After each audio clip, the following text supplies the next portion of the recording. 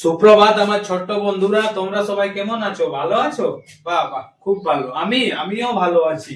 আচ্ছা বলো তো, তোমরা কোন শ্রেণীতে পড়ো? ঠিক বলেছো, তোমরা দ্বিতীয় শ্রেণীতে পড়ো। আচ্ছা বলো তো, আজকের তারিখ কত? কে বলবে? ঠিক বলেছো, আজকের তারিখ হচ্ছে 3-1-2026। আচ্ছা, পূর্বের পাঠে আমরা কি শিখেছিলাম মনে আছে তোমাদের? বলো বলো, কি শিখেছিলাম? ঠিক বলেছো, পূর্বের পাঠে আমরা গুণ নিয়ে শিখেছিলাম। আচ্ছা, গুণ কি রকম ভাবে করতে হয় সেটা মনে আছে?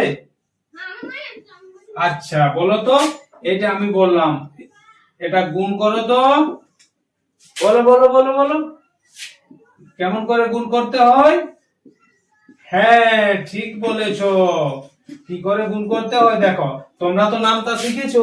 2 2 4, ঠিক আছে, আর 2 1 2, এটা হচ্ছে গুণ।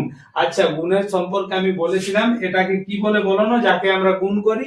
ঠিক বলেছো, যাকে আমরা গুণ করি তাকে বলেছিলাম গুণ্য বলা হয়, ঠিক আছে। এবং যে সংখ্যা দ্বারা গুণ করা হয় তাকে কি বলা হয় বলো না? এটাকে বলা হয় গুণক। এবং যে উত্তরটা পাওয়া যায় গুণ করার পর সেটাকে বলা হয় গুণফল। সবার মনে আছে? বাহ বাহ, খুব ভালো। আচ্ছা, আজকেও আমরা একটা নতুন বিষয় শিখবো। সবাই প্রস্তুত তো? হ্যাঁ, মজার বিষয় শিখবো, ঠিক আছে। বাহ বাহ। এবার ধরো, আমাদের কাছে 6টা বিস্কুট আছে, ঠিক আছে। 6টা বিস্কুট আছে এবং আমাদের ক্লাসে কতজন আছে? 3 জন রয়েছে। কে কে রয়েছে? রাহুল রাহুল রয়েছে, রহিম রয়েছে, আর রয়েছে শম্পা, ঠিক আছে। তো এদের কাছে কি রয়েছে বলো না? 6টা বিস্কুট রয়েছে। এদের প্রত্যেকের কাছে একটা করে বক্স রয়েছে। কেন বক্স রয়েছে বলো না? এরাকে যে বিস্কুটটা দেওয়া হবে সেই বিস্কুটটা এরা এই বক্সের মধ্যে রাখবে, ঠিক আছে। আচ্ছা বলো তো অসিত, এই বিস্কুট গুলো কি রকম ভাবে এদেরকে ভাগ করে দেব বলো না, যেমন করে এরা সবাই সমান পায়? ঠিক বলেছো, প্রত্যেককে কি করব? ফার্স্ট একটা করে দেওয়া হবে। রাহুলকে দিলাম একটা, তারপর রহিমকে দিলাম একটা, তারপর শম্পাকে দিলাম একটা, ঠিক আছে। শম্পাকে দিলাম একটা, তাহলে একটা একটা একটা, আর কটা পড়ে রইলো আমাদের কাছে? 3টে। কতজন রয়েছে এরা? 3 জন, ঠিক আছে। 3জনকেও আমরা কি করলাম বলো না? একটা করে দিলাম। একে দিলাম একটা, আর রহিমকে দিলাম একটা, এবং শম্পাকেও দিলাম একটা। তাহলে আমাদের কাছে পড়ে কটা রইলো? একটাও না। আচ্ছা দেখো তো, এই যে আমাদের কাছে কটা ছিল বিস্কুট? 6টা। 6টা ছিল তো? 6টা বিস্কুটে সবাই কটা করে পেলো একবার দেখো তো। গুনে দেখো, গুনে দেখো, রাহুল কটা পেলো? একটা দুটো, রাহুল পেলো দুটো। রহিম কটা পেলো? একটা দুটো, রহিম পেলো দুটো। আর শম্পা কটা পেলো? একটা দুটো, এও পেলো দুটো। তাহলে সবাই সমান পেয়েছে, পেয়েছে তো? তাহলে আমরা সমান ভাবে ভাগ করতে পারলাম। এই যে এই পদ্ধতি, অর্থাৎ যে ভাগ করার পদ্ধতি, এটাই আজকে আমরা শিখলাম। এটাকে কি চিহ্ন বলে জানা আছে কারো? এটাকে আমরা বলি ভাগ চিহ্ন।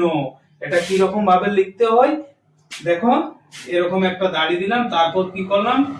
এই রকম দুটো লিখলাম, ঠিক আছে।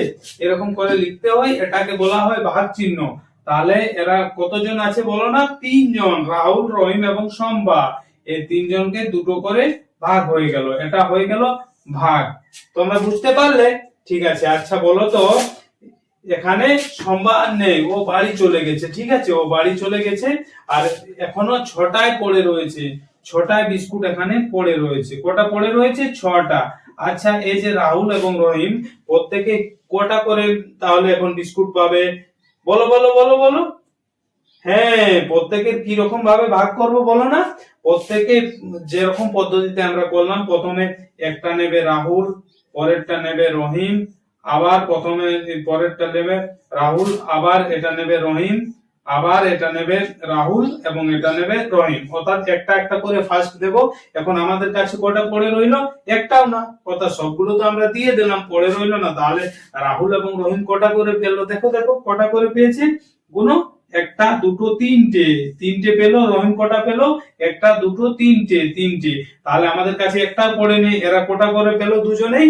3টে করে। তাহলে এটাকে কি রকম ভাবে লিখবো? 6টা ছিল আমাদের কাছে, তারপরে কতজনের মধ্যে আমরা ভাগ করলাম? 2 জন, রাহুল এবং রহিম। কটা করে পেলো? 3টে করে পেলো, ঠিক আছে। তাহলে এই চিহ্নটাকে আমরা কি বললাম? এটাকে বলে ভাগ চিহ্ন। আর আজকে আমরা কি শিখলাম বলো তো? আজকে আমরা শিখলাম ভাগের ধারণা, অর্থাৎ ভাগ সম্পর্কে আমরা শিখলাম।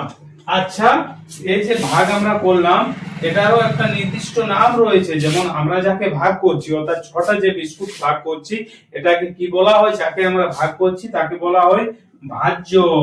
ঠিক আছে, একে ভাজ্য বলা হয়। এবং যার মধ্যে ভাগ করছি, অর্থাৎ যাকে দিয়ে বা যার দিয়ে, যেমন 2 দিয়ে ভাগ করছি, এটাকে বলা হয় ভাজক।